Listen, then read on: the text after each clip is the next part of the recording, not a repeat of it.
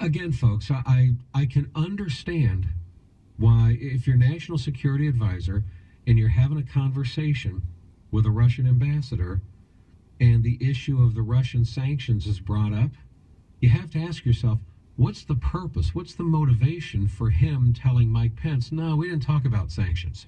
What's the purpose of deceiving the vice president deliberately in that way?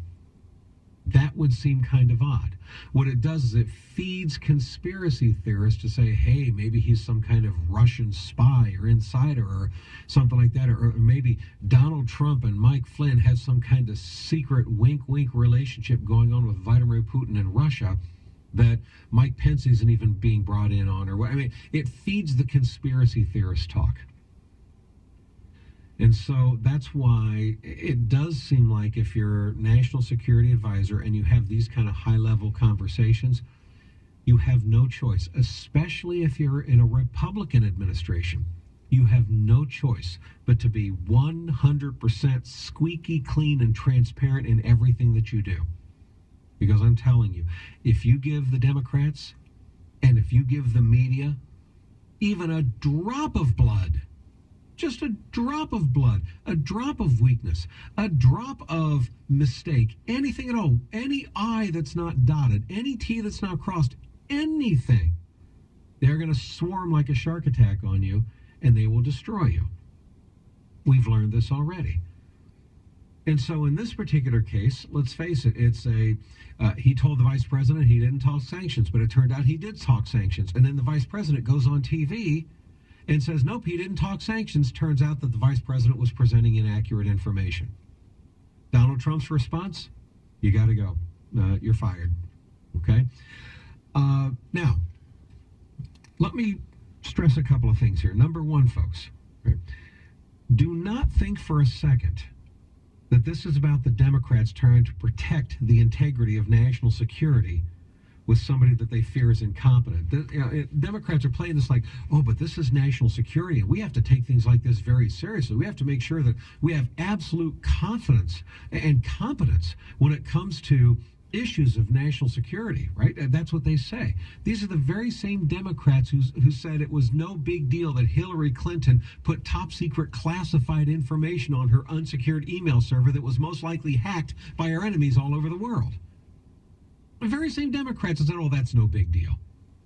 The very same Democrats who said it was no big deal that when the 4 Americans were killed in Benghazi, including U.S. Ambassador Christopher Stevens, and then it was made up, that this story was made up in the administration, that this wasn't a terrorist attack, this was just a spontaneous protest that broke out from a YouTube video, and then sent Susan Rice, National Security Advisor, ironically, onto 5 Sunday morning television shows on behalf of the administration, spreading the story that, oh yes, this was a YouTube video. This wasn't a terrorist attack. Oh, a terrorist attack did not happen on President Obama's watch. Oh no, it did not.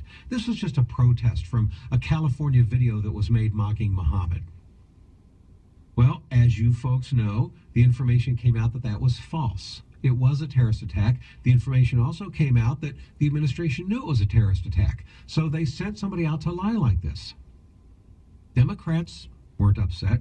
They weren't offended. They doubled down and they backed President Obama and Susan Rice and Hillary Clinton and the whole team of the Obama administration. The Democrats rallied around them and supported them. None of this offended the national security sensibilities of the Democrats in Washington, right? Oh, and now they're going, but the vice president of the United States was going on television and presenting information that wasn't accurate. Okay, it was about a phone call that, a part of a phone call. Did they talk about this or did they not talk about this? It wasn't making national security information available to our enemies around the world. It wasn't lying about 4 people dying and why they died as part of a cover-up to protect the administration. It wasn't anything like that. But see, folks, you got to understand, Republicans operate by a different set of standards than Democrats do. Because, can I remind you, the Benghazi thing, Susan Rice, she wasn't fired, was she? As a matter of fact, who in the White House got fired? Who got fired? Who lost their job? because of false information put out to the American people in that way. Oh, that's right, nobody got fired. Who got fired with Hillary Clinton putting her top secret classified information out there for the world to steal? Who got fired after the fact even? So don't think for a second, folks, that this is about the Democrats just caring passionately about protecting national security. That's nonsense. That is not what it is. You want to know what this is, folks? This is Democrats going, we finally got one. We finally got somebody in Trump's administration, because you know that the Democrats have been feverishly working to do everything they can to smear and derail and destroy the cabinet nominees that President Trump has named. You know that, right? They've done everything they can to try to stop them, block them, get them out of there. And so far, they've been unsuccessful. Everybody's been able to make it past all the smear attacks. So they look at Michael Flynn. Michael Flynn messed up. He absolutely messed up. I don't think there's any denying that. And it probably is the right thing that he had to resign. That probably is the right thing. But I got news for you, folks. It would have been the right thing for a whole bunch of people to resign during the Obama administration, and Democrats weren't calling for that. So let's just make sure we're clear here, okay? What the Democrats have done is they finally got one. They scored one. They scored a kill. It's kind of like duck hunting. We got one. That's really what's going on with the Democrats, folks. But I'll tell you another issue that's very important, and Trump tweeted about this too, and it's a legitimate point. There's a leaking problem in Washington, D.C., okay? Who leaked the transcript of this phone call to the press? Who did that? Somebody in the FBI? Somebody in the CIA? Is it some kind of anti-Trumper carrying out some acts of internal espionage? I mean, it seems like that ought to be looked into as well. So we'll see. But let's just make sure we're clear on something, folks, okay? Everything that Donald Trump does in his administration from top to bottom is going to have to be absolutely 100% squeaky clean. There is